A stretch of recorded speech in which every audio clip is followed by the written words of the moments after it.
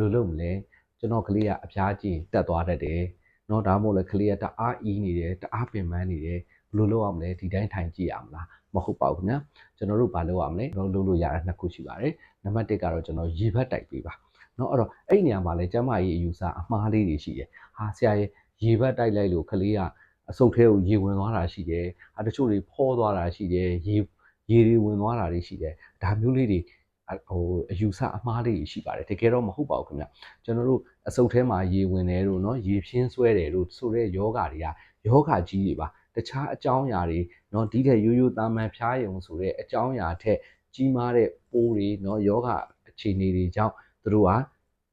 ရေပြင်းဆွဲတာတို့အဆုတ်ထဲရေဝင်တာတို့အဆုတ်ရေဝိုင်းတာတို့ဖြစ်တာပါဒါတွေကကျွန်တော်တို့အပြင်ကရေဘက်တိုက်လိုက်တဲ့ရေကြောင့်အဲ့ဒါတွေဝင်သွားပြီးတော့ဖြစ်သွားမှာမဟုတ်ပါဘူးအဲ့အတွက်ကြောင့်မလို့ရေဘက်တိုက်တာဟာကလေးတွေအတွက်အလွန်ထိရောက်တဲ့အချက်တစ်ချက်ဖြစ်ပါတယ်အဲ့တော့ရေဘက်တိုက်ရင်ရောဘယ်လိုလုပ်လဲဟာတခါလေရေခဲကြီးနဲ့လောင်းချမှာလားကလေးကိုရေကန်နဲ့ပြစ်ချမှာလားဒါမျိုးတွေလည်းမဟုတ်ပါဘူးနော်အဲ့လိုဆိုတော့ကျွန်တော်တို့ကအကိ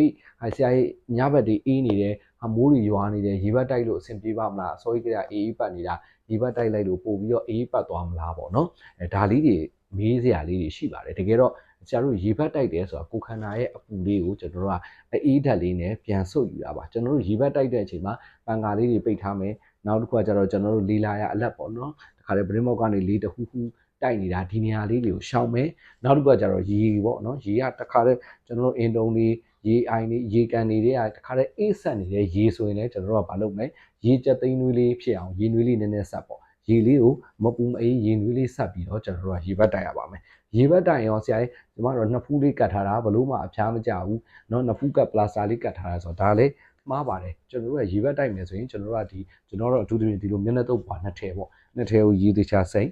ပြီးတော့ကျွန်တော်ညှစ်ချလိုက်ပြီးအဆိုးတက်လေးရှိတဲ့ဟာကိုအထူးသဖြင့်ကျွန်တော်တို့ကရေဘက်တိုက်တယ်ဆိုတာကိုခန္ဓာမှာရှိတဲ့သွေးကြောမာကြီးတွေရှိတာလေဘင်းတို့ဂျိုင်းကြားတို့ကိုလုံးတို့ရင်ဘတ်ပေါင်တို့ပေါ့เนาะအဲ့တော့ကျွန်တော်တစ်ထည်ကိုဒီလိုကလေးကိုပတ်ထားပြီးနောက်တစ်ထည်ကိုအဲ့လိုပဲစိမ့်ညှစ်ပြီးသွားရင်ဘာလုပ်မလဲညနာလေးတွေလေဘင်းလေးတွေလက်ကလေးတွေခြေထောက်ကလေးတွေပေါင်ကြားလေးတွေဒါလေးတွေတိုက်ပြီးပေါ့နော်ဒီလိုတိုက်ပြီးပြီဆိုရင်နောက်တစ်ထည်နဲ့ဘာလုပ်မလဲပြန်အချောက်တုပ်နော်ဒါလေးနှစ်ခေါက်သုံးခေါက်လုတ်ပေးလိုက်ရုံနဲ့ကျွန်တော်တို့ကဘာဖြစ်နိုင်လဲဆိုတော့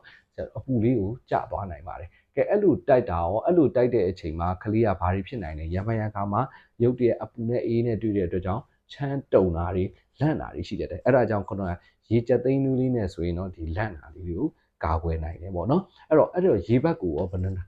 လောက်တစ်ခါတိုက်ရမလဲဆိုတော့ကျွန်တော်ရတယ်နိုင်ခွက်တစ်ခါတစ်နာရီတစ်ခါအပူမကြမချင်းတိုက်လို့ရပါတယ်ရေဘက်လေးတိုက်အချောက်လေးသုံးနော်အဝတ်စားလေးလည်းတစ်ခါရေဘက်လေးတိုက်အချောက်လေး